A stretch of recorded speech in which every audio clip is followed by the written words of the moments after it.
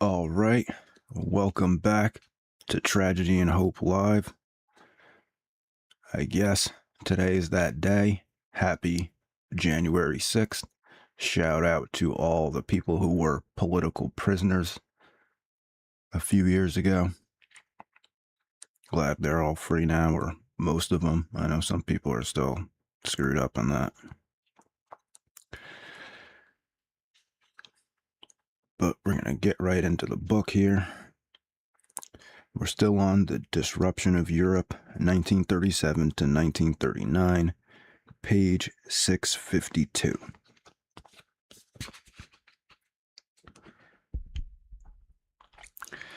We have mentioned that the economic discussions between Britain and Germany, which were publicly broken off on March 28th, were secretly reopened 5 days later. We do not know what became of these, but about July 20th, Helmuth Wolfat, Reich Commissioner for the 4-year plan, who was in London at an international whaling conference, was approached with an amazing proposition by R.S. Hudson, Secretary to the Department of Overseas Trade.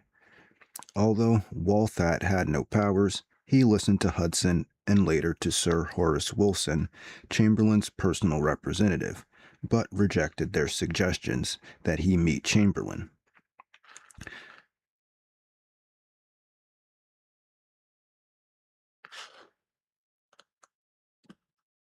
Make sure I didn't read this already.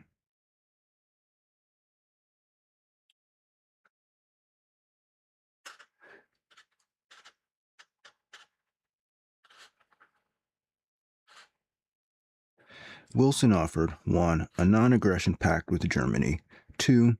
Delimitation of spheres of interest, 3. Colonial concessions in Africa along the lines already mentioned, 4. An economic agreement, 5. A disarmament agreement. One sentence of Dirkson's report on this matter is significant. It says, Sir Horace Wilson definitely told Herr Wolfat that the conclusion of a non-aggression pact would enable Britain to rid herself of her commitments vis-a-vis Poland. Oh, I did read this already. That Chamberlain wanted a non-aggression pact with Germany was stated by him publicly on May 3rd, only 5 days after Hitler denounced his non-aggression pact with Poland. Dirkson's report of July 21st continued. Sir Horace Wilson further said that it was contemplated holding new elections in Britain this autumn.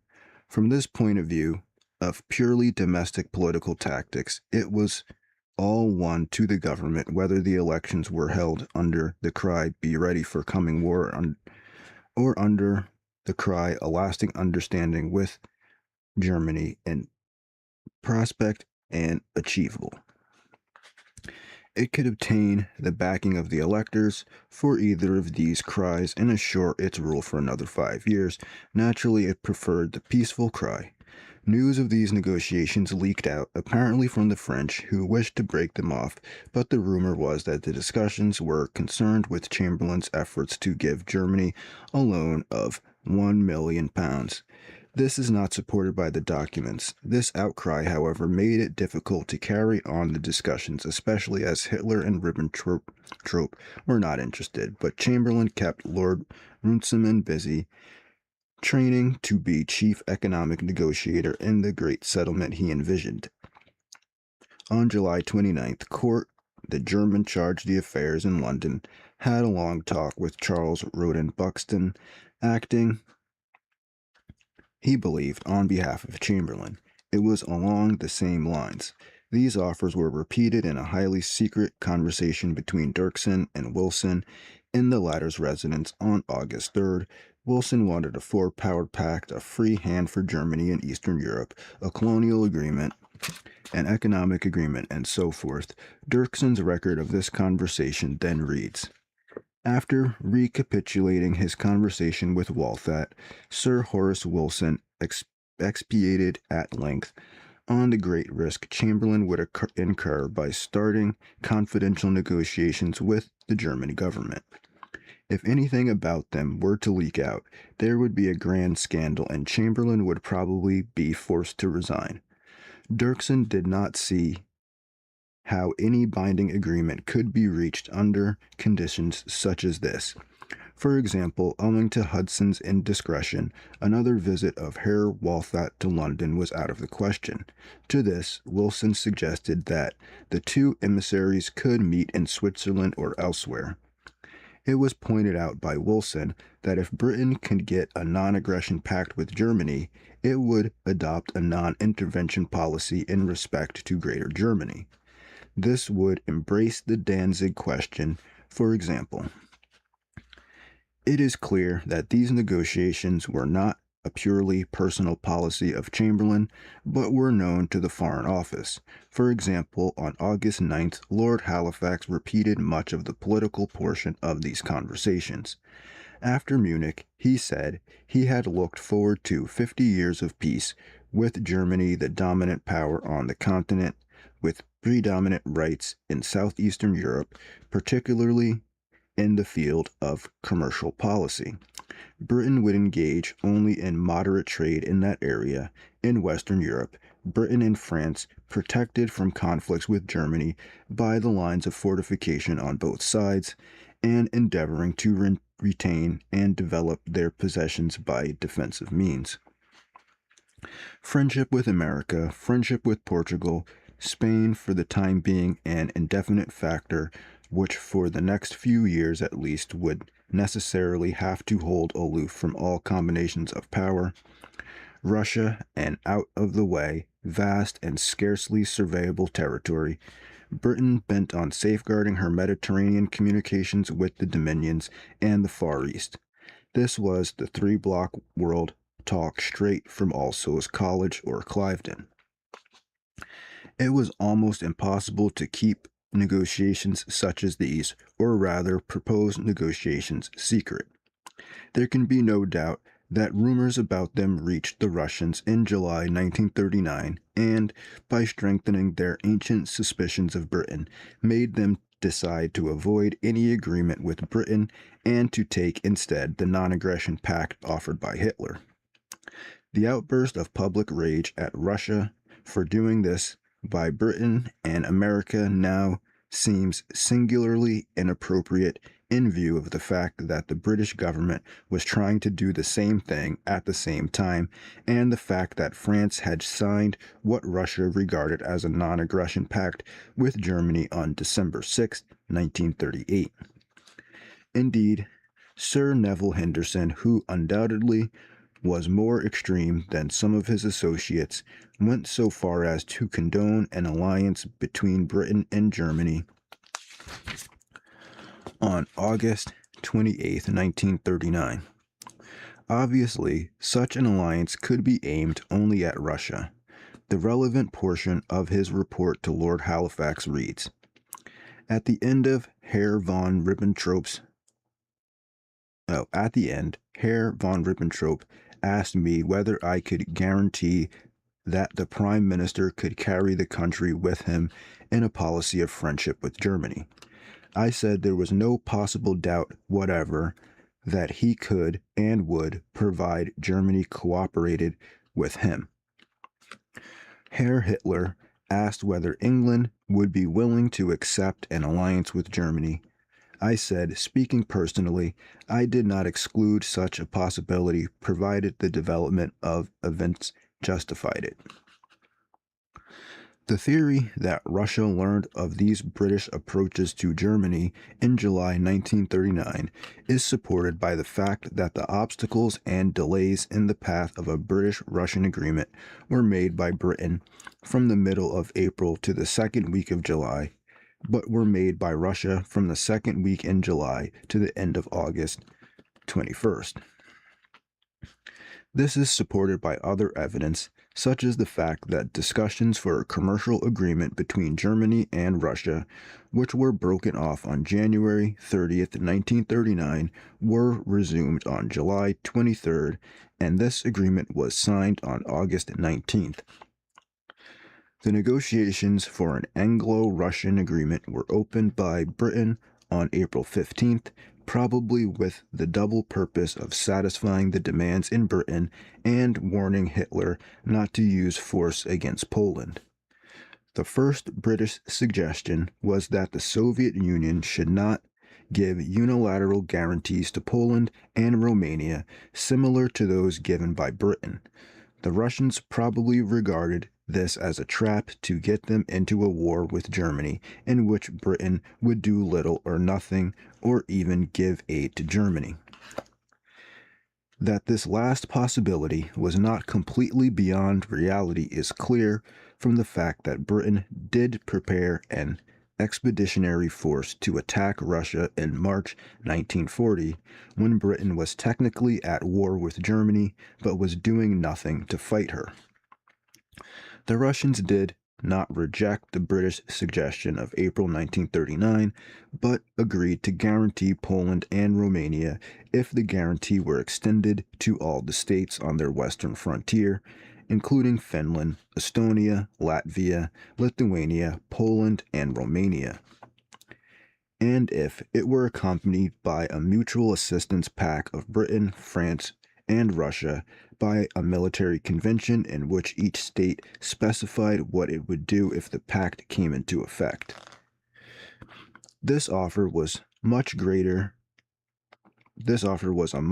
concession than the British seemed to appreciate, since it meant that Russia was guaranteeing its renunciation of all territory in these 6 states, which it had lost to them since 1917.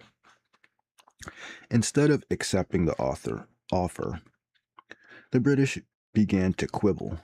They refused to guarantee the Baltic states on the ground that these states did not want to be guaranteed, although they had guaranteed Poland on March 31st when Square.Peg did not want it, and had just asked the Soviet Union to guarantee Poland and Romania, neither of whom wanted a Soviet guarantee.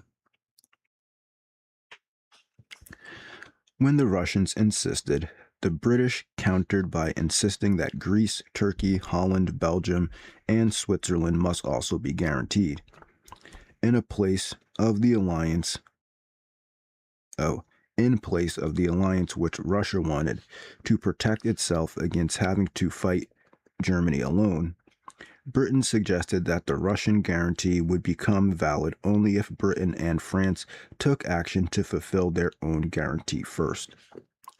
France and Russia were both pushing Britain to form a triple alliance, but Britain was reluctant. Churchill and Lloyd George were pushing in the same direction, but Chamberlain fought back on the floor of the House, refusing to help to form or to join any opposing blocs.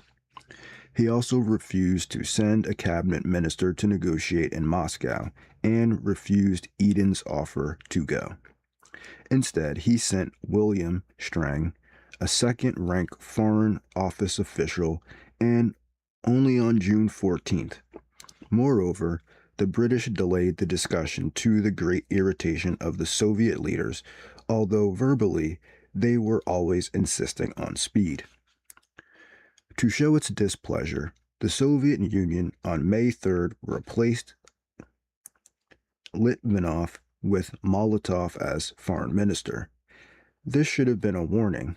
Litvinov knew the West and was favorable to democracy, to collective security, and to the Western powers. As a Jew, he was anti-Hitler. Molotov was a contrast from every point of view. He would not have been impressed with British sincerity when he had to negotiate with Strang rather than with Halifax or Eden. The conversations continued, with Molotov still insisting on the 3 essentials: mutual assistance in a triple alliance, guarantees to all the border states, and specific obligations as to the amount of assistance by a military convention.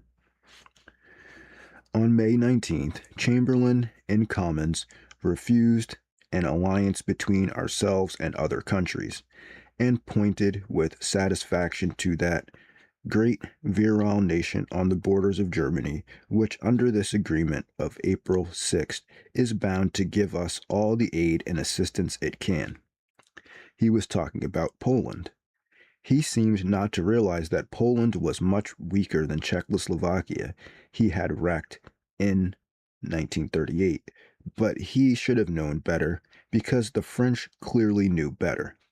Poland, indeed, was opposed to any agreement of the Western powers with the Soviet Union and refused either to be guaranteed by the latter or to accept military assistance from her, even if attacked by Germany. Poland feared that if Russian troops ever entered the areas which it had taken from Russia in 1920, they could never be persuaded to leave. When Russia suggested in May that the Polish-Romanian alliance of 1926, which was directed exclusively against Russia, should now be extended to oppose Germany as well, Poland refused. Romania was willing. In the same month, Romania agreed to allow Russian troops to cross the country to oppose Germany if needed. Romania's position was more delicate than Poland's regarding territory previously taken from Russia because Russia had never recognized the Romanian acquisition of Bessarabia. On June 6th, Latvia, Estonia, Finland sent a flat refusal to be guaranteed by Russia.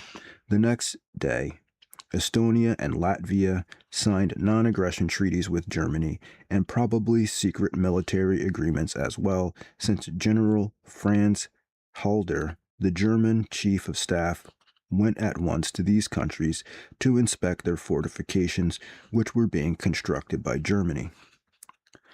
Strang arrived in Moscow only on June 14th, almost 2 months after Britain had opened these discussions. By July, new difficulties arose because of the Russian insistence on a military convention as an integral part of any treaty. Britain demurred, but finally reluctantly agreed to conduct the military negotiation at the same time as the political negotiations. However, the members of the military mission took a slow ship chartered for the occasion, speed 13 knots, and did not reach Moscow until August 11th. They were again negotiators of the second rank, an admiral who had never been on the Admiralty staff, a purely combat army general, and an air marshal who was an outstanding flyer but not a strategist. To negotiate with these three, the Soviet Union named the commander-in-chief of the Russian army, the commander-in-chief of the Russian Navy, and the chief of the Russian General Staff. In London, according to rumor, neither side wanted an agreement, and the military mission had been sent to Moscow to spy out Russia's defenses.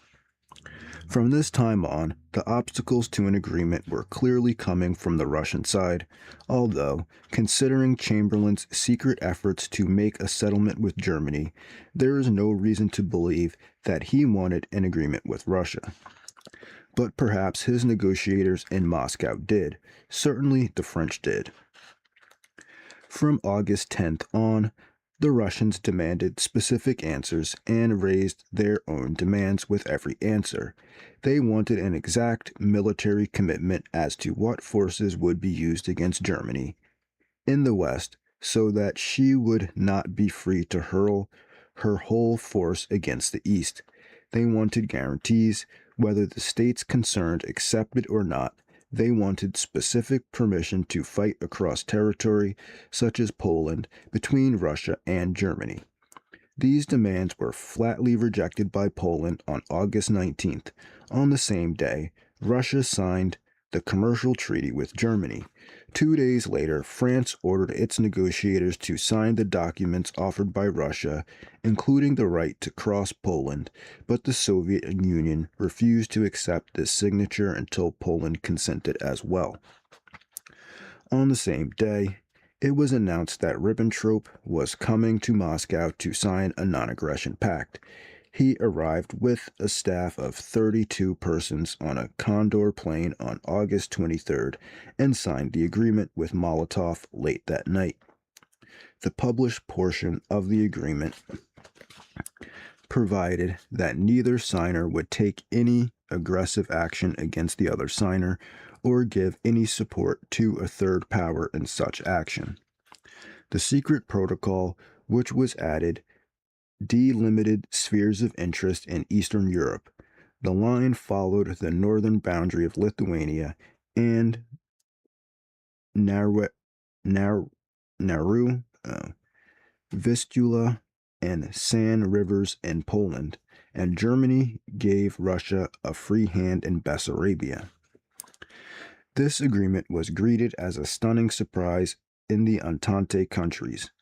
There was no reason why it should have been, as they had been warned of the possibility on numerous occasions by responsible persons, including Germans like Kort and Vissacker.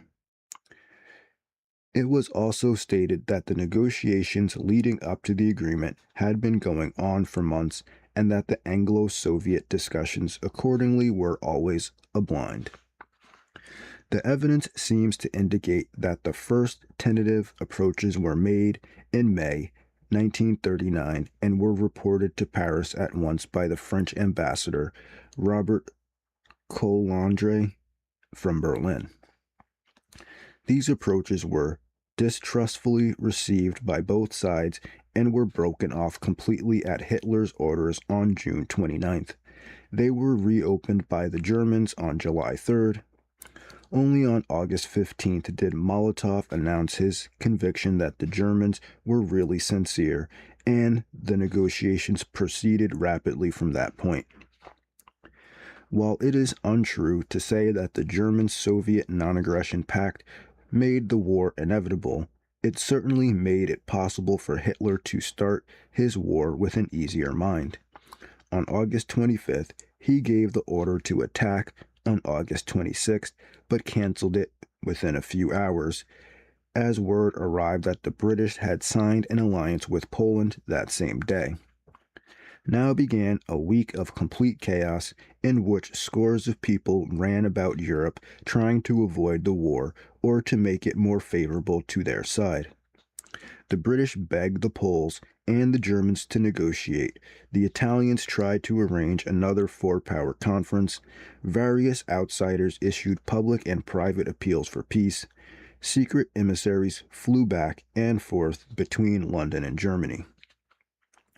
This was in vain, because Hitler was determined on war. Most of his attention in the last few days was devoted to manufacturing incidents to justify his approaching attack. Political prisoners were taken from concentration camps, dressed in German uniforms, and killed on the Polish frontier as evidence of Polish aggression. False flags. A fraudulent ultimatum with 16 superficially responsible demands on Poland was drawn up by Ribbentrop and presented to the British ambassador when the time limit had already elapsed. It was not presented to the Poles, perhaps because they were so afraid of a second Munich that they hardly dared to talk with anyone. Indeed, the Polish ambassador in Berlin had been ordered by Beck not to accept any document from the Germans. The German invasion of Poland at 4:45 a.m. on September 1st, 1939, did not by any means end the negotiations to make peace, nor, for that matter, did the complete collapse of Polish resistance on September 16th and 17th. Since these efforts were futile, little need be said of them except that France and Britain did not declare war on Germany until more than 2 days had elapsed. During this time, no ultimatums were sent to Germany, but she was begged to withdraw her forces from Poland and open negotiations. While Poland shuddered under the impact of the first Blitzkrieg, now you got me saying that shit. The first Blitzkrieg, British public opinion began to grumble, and even the government's supporters in Parliament became restive. Finally, at 9 a.m. on September 3rd, Henderson presented to Schmidt, Hitler's interpreter, an ultimatum which expired at 11 a.m. In a similar fashion, France entered the war at 6 p.m. on September 3rd.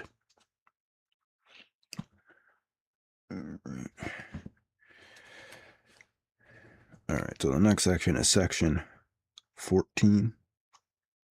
World War II, the Tide of Aggression, 1939 to 1941. Okay, so it's introduction. The Battle of Poland, September 1939. The Blitzkrieg, September 1939 to May 1940. German mobilization and the Allied economic blockade. The Soviet borderlands, September 1939 to April 1940. The German attack on Denmark and Norway, April 1940. The fall of France, May to June 1940, and the Vichy regime. The Battle of Britain, July to October 1940. The Mediterranean and Eastern Europe, June 1940 to June 1941. American neutrality and aid to Britain. The Nazi attack on Soviet Russia, 1941 to 1942. Okay, so those are the sections there. Okay, here's the introduction. The history of the Second World War is a very complex one. Even now, after hundreds of volumes and thousands of documents have been published, many points are not clear, and interpretations of numerous events are hotly disputed. The magnitude of the war itself would contribute to such disputes. It lasted exactly 6 years, from the German invasion of Poland on September 1st, 1939, to the Japanese surrender on September 2nd, 1945.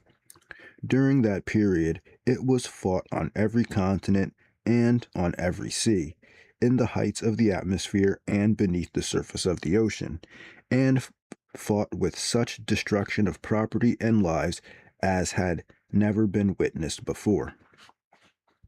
The total nature of the Second World War can be seen from the fact that the deaths of civilians exceeded deaths of combatants, and that many of both were killed without any military justification, as victims of sheer sadism and brutality, largely through cold-blooded savagery by Germans and to a lesser extent by Japanese and Russians, although British and American attacks from the air on civilian populations and non-military targets contributed to the total. The distinction between civilians and military personnel and between neutrals and combatants, which had been blurred in the First World War, were almost completely lost in the Second. This is clear from a few figures. The numbers of civilians killed reached 17 million, of which 5 million were Polish, while Poland had less than 100,000 soldiers killed or missing in the Battle of Poland in 1939. Polish civilians to the number of 3,900,000 were executed or murdered in the ghetto subsequently. The armies which began to move in September 1939 had no new weapons which had not been possessed by the armies of 1918. They still used infiltration tactics with columns of tanks, strafing airplanes, and infantrymen moving in trucks, but the proportions of these and the ways in which they cooperated with one another had been greatly modified. Weapons for defense were also much as they had been in the end of the previous war, but, as we shall see, they were not prepared in proper amounts, nor were they used in proper fashions. These defensive weapons included anti-tank guns, anti-aircraft guns with controlled fire, minefields, mobile artillery on caterpillar tracks, trenches, and defense in depth. Germany used the offensive weapons we have mentioned in the new fashion, while Poland in 1939, Norway, the Low Countries, and France in 1940, the Balkan countries and the Soviet Union in 1941 did not use the available defensive tactics properly. As a result, Hitler advanced from one astounding victory to another. In the course of 1942 to 1943, new weapons created by democratic science and new tactics learned in Russia and North Africa and on the oceans of the world made it possible to stop the authoritarian advance and to reverse the direction of the tide. In 1944 and 1945, the returning tide of the Anglo-American and Soviet power overwhelmed Italy, Germany, and Japan with the superior quality and the superior quantities of their equipment and men. Thus, the war divides itself quite naturally into three parts. 1. The Axis advance covering 1939, 1940, and 1941. 2. The balance of forces in 1942. And 3. The Axis retreat in 1943, 1944, and 1945.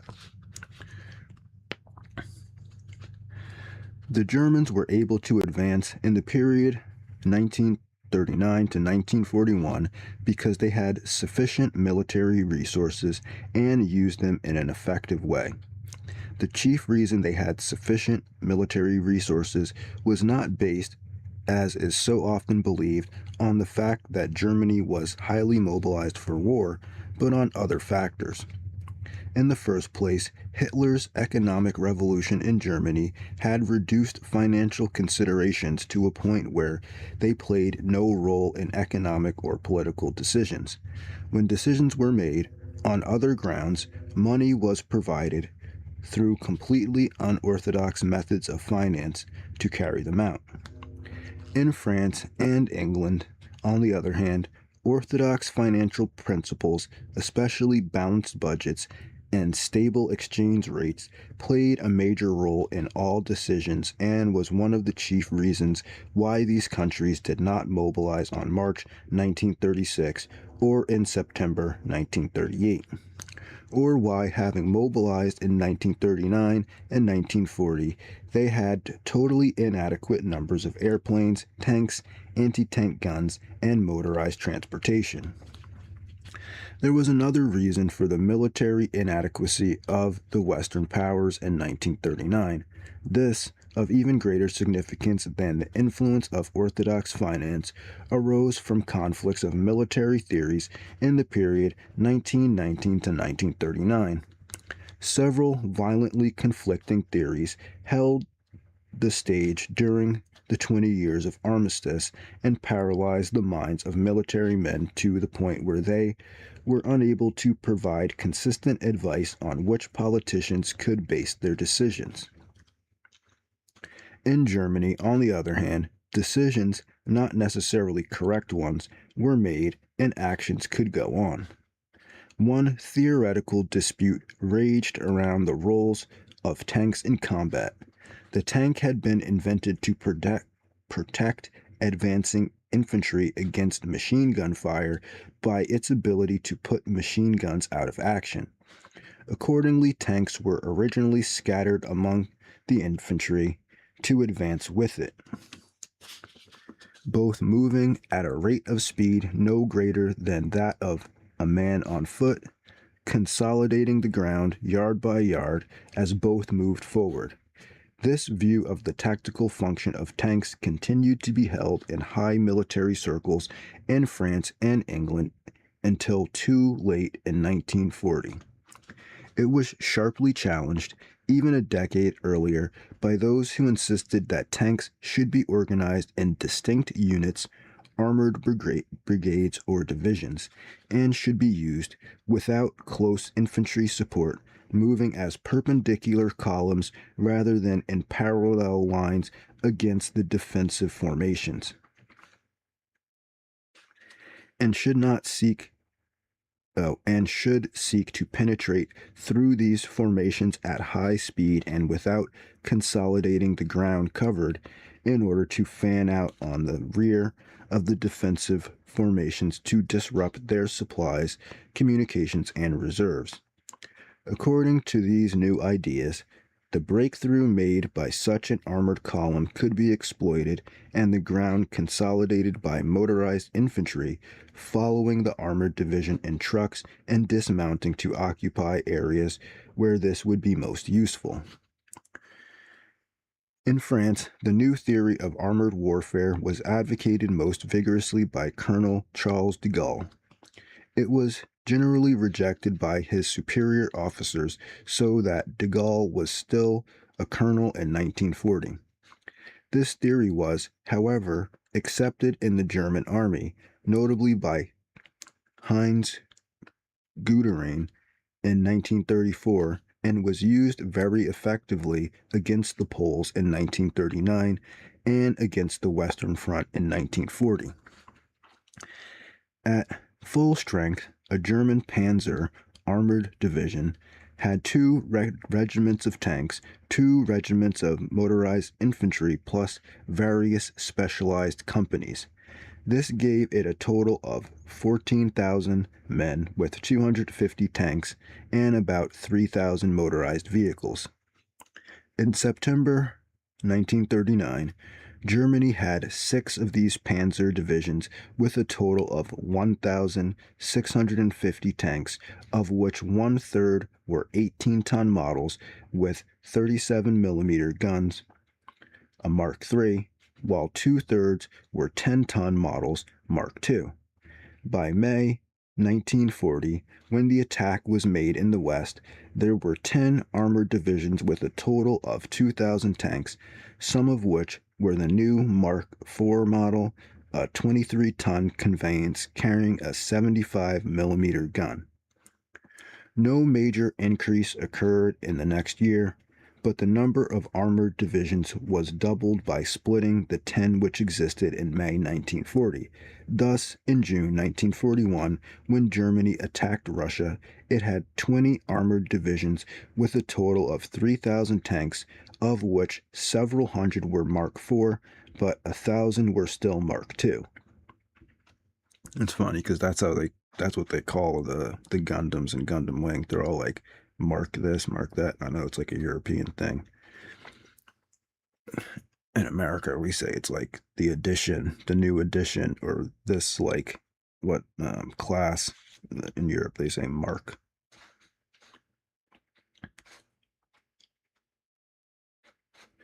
In opposition to these, Poland had only a handful of tanks in 1939.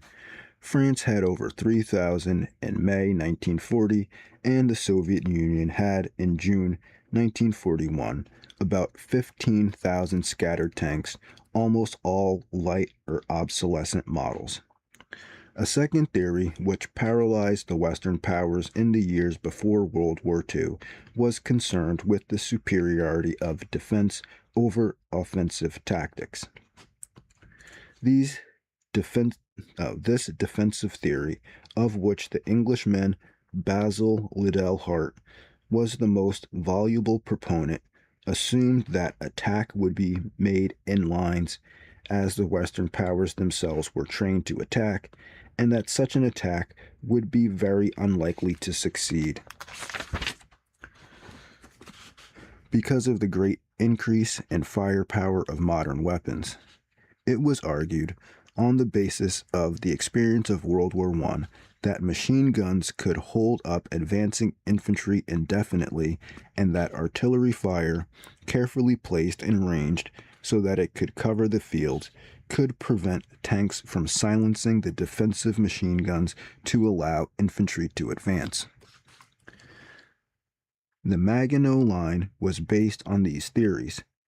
As such, it was not a defense in depth, which would seek to break up offensive columns by allowing them to penetrate to varying depths, thus separating the tanks, infantry, and artillery so that each could be dealt with by proper weapons as impetus was dispersed, but was a rigid line which sought to stop the offensive lines in front of it as a whole.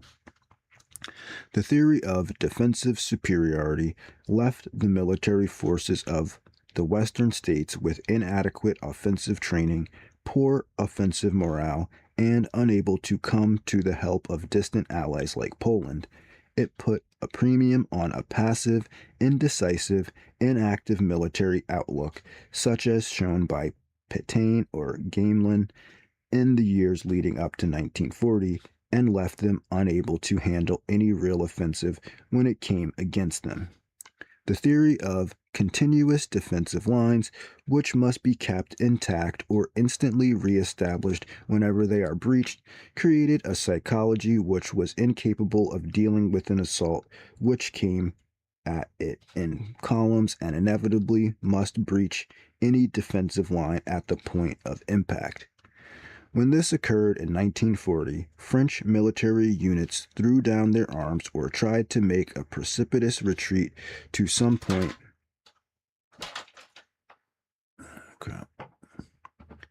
where a new continuous line could be established.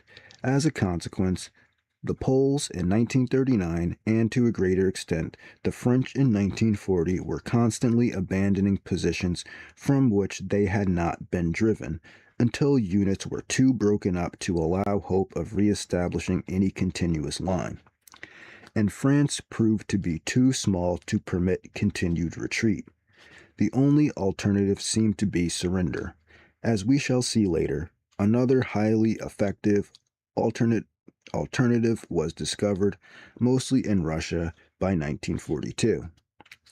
In the interwar period, there was a third theory, violently disputed, about the effectiveness of air power. In its most extreme form, this theory held that the chief cities of Europe could be destroyed almost completely in the first 24 hours of a war, devastated by high explosive bombs and rendered uninhabitable by gas attacks from the air. This theory, frequently associated with the name of the Italian general Giulio Douhet, was much more prevalent in civilian circles than in military ones, and played an important role in persuading the British and French peoples to accept the Munich Agreement. Like most far-fetched ideas, it was supported more frequently by slogans than by logic or by facts. I mean, you say it's a far-fetched idea, but then they did drop like nuclear bombs on Japan. So it's not really like that far-fetched that the military would plan to just bomb an entire city and make it uninhabitable.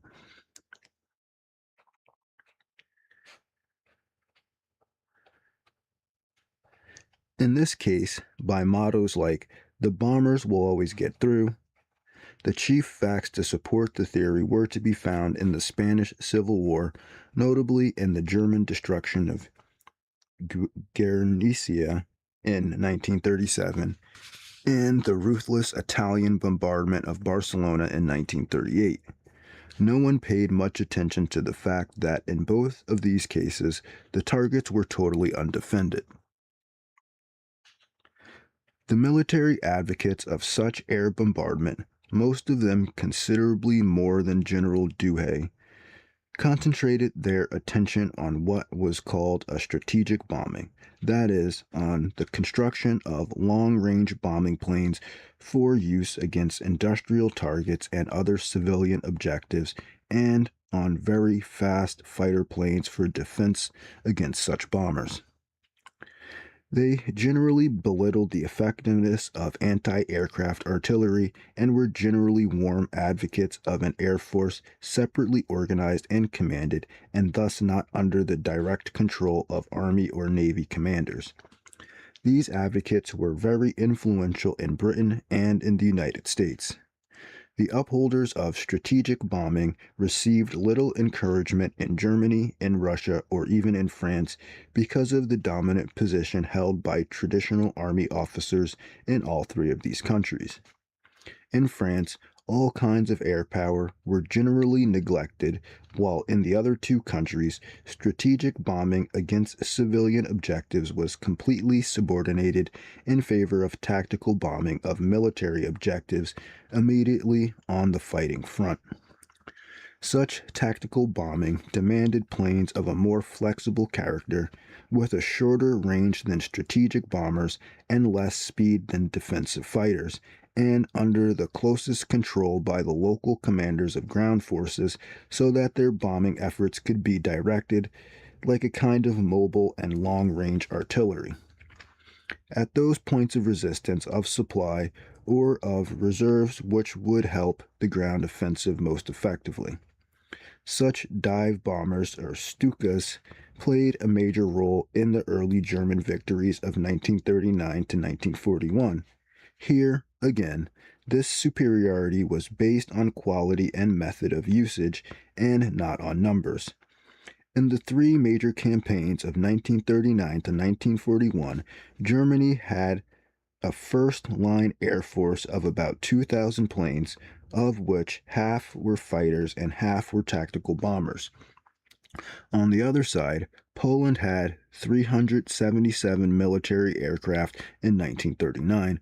Britain and France had about 3,500 in 1940, while the Soviet Union had at least 8,000 of varying quality in 1941.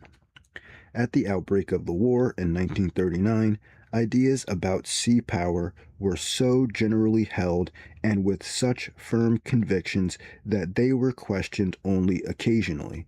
One of these ideas was that sea power was dominated by big gun capital ships, all other vessels serving simply as accessories to this backbone of the fleet.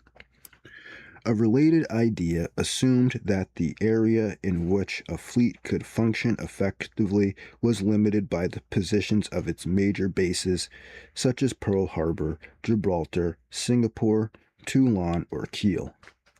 Another idea, rarely disputed, stated that no landing could be made from sea on a defended shore.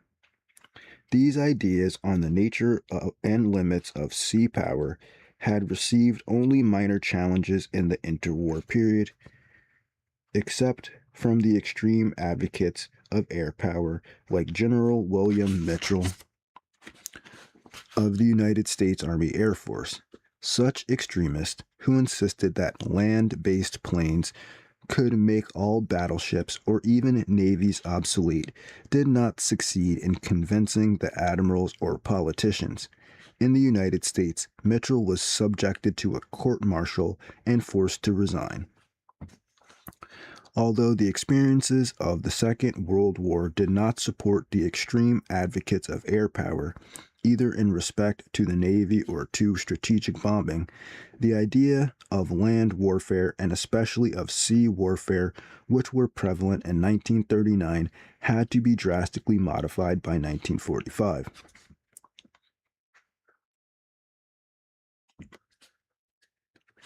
Okay. The Battle of Poland, September 1939. The German invasion of Poland began with a powerful air attacks at 4:40 a.m. on September 1st.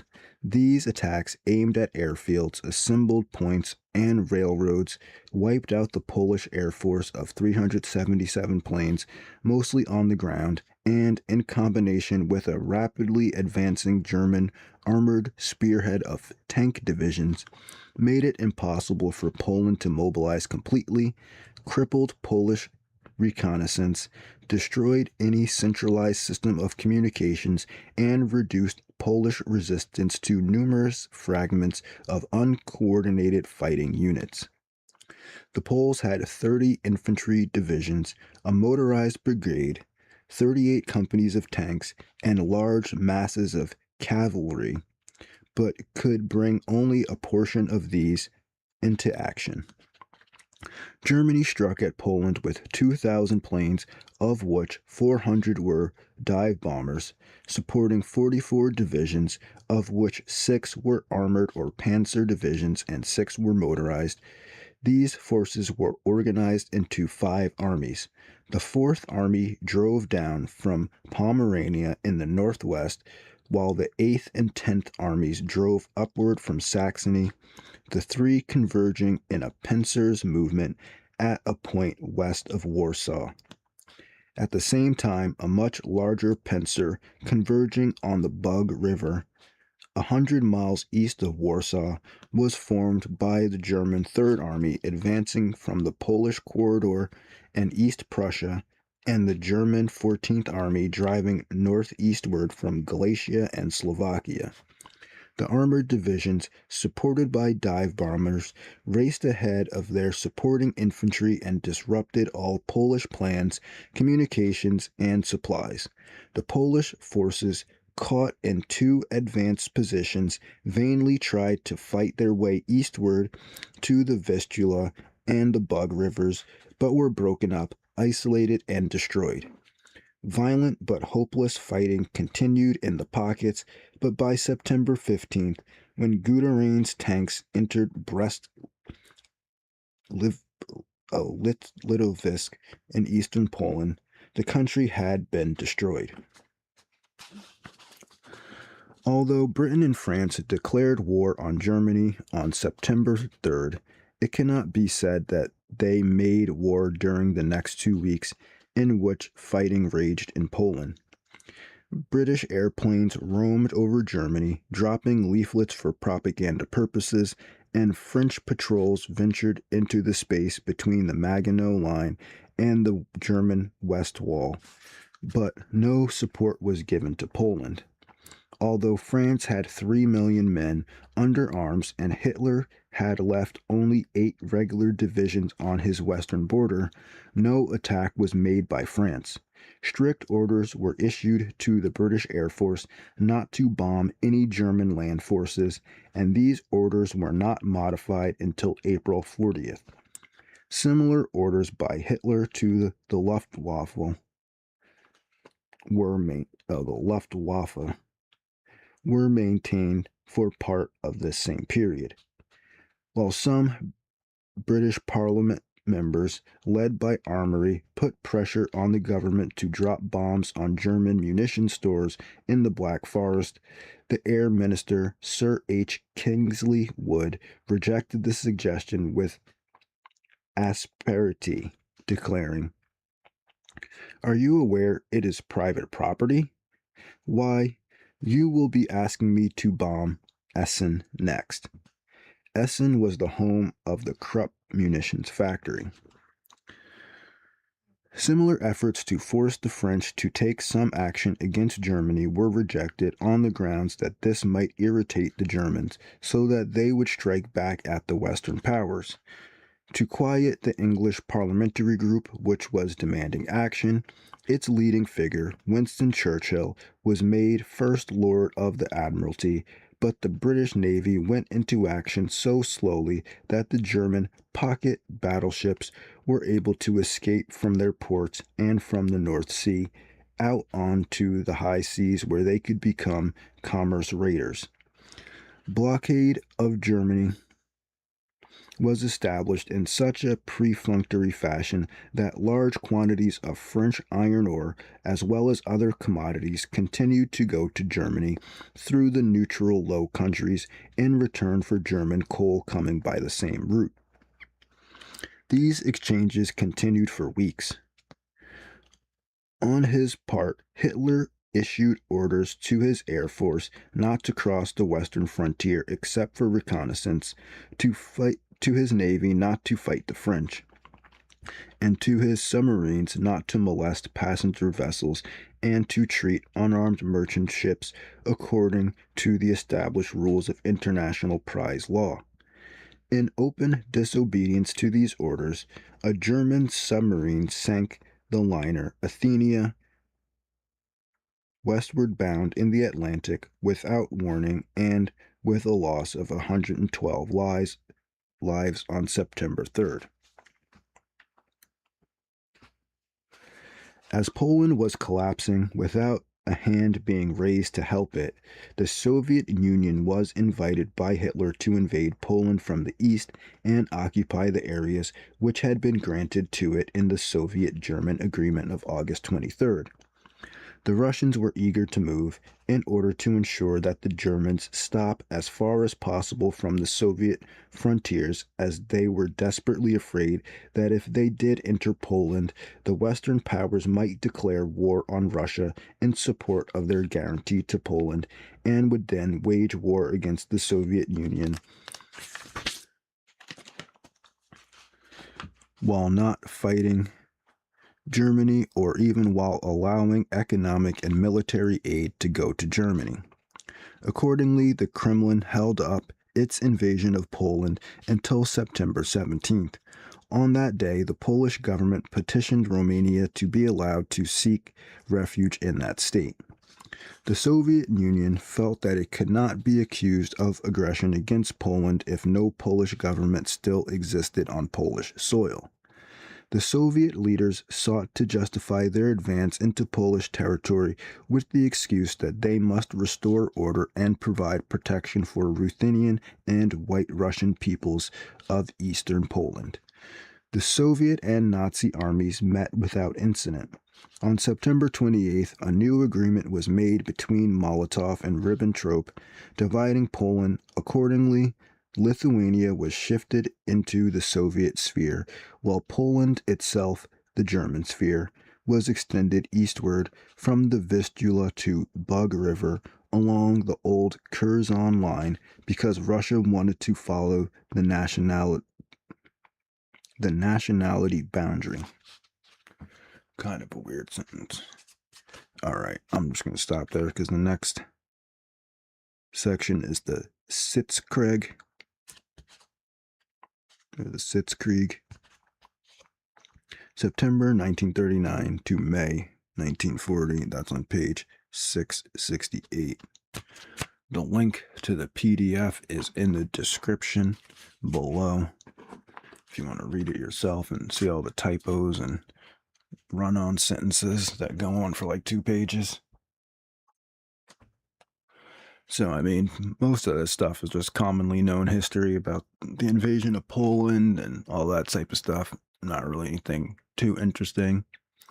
Obviously, you can see what, like the whole trading with the enemies thing, even though they're at war and their citizens are getting killed, somehow the high-level, high-ranking officials are still doing trades with the countries that they're at war with, supplying them coal, supplying them iron ore that they need to build their guns, drive their tanks, feed their people. Well, if you're at war with them, why are you sending them supplies? It doesn't make any sense. Unless you take into consideration that perhaps, the ruling class doesn't actually care about the general population. And in fact, the world wars were just a way to quell the population because the population of Europe was getting too high for the rulers to be able to control all the people. Especially at that time, they didn't have a lot of high-tech stuff that we have now to control people. So if word got around that it was time to, overthrow the government, there would have been nothing they could do about it, basically, at that point. Right? Because this is before the end of World War II.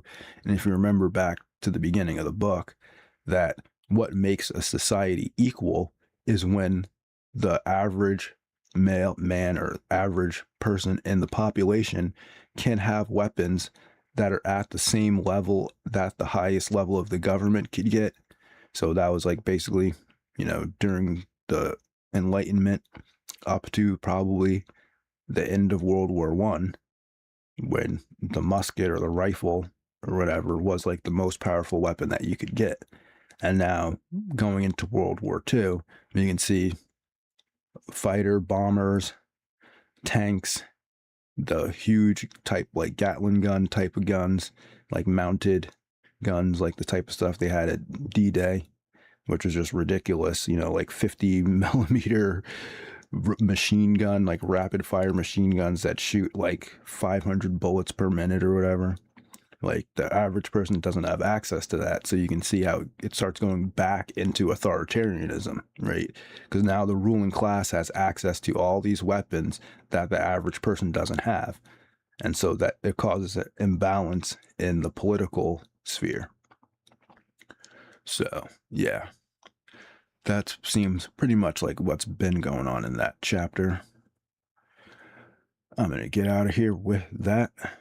Thanks for watching if you did. If you didn't, you won't hear this. Otherwise, have a good day and peace.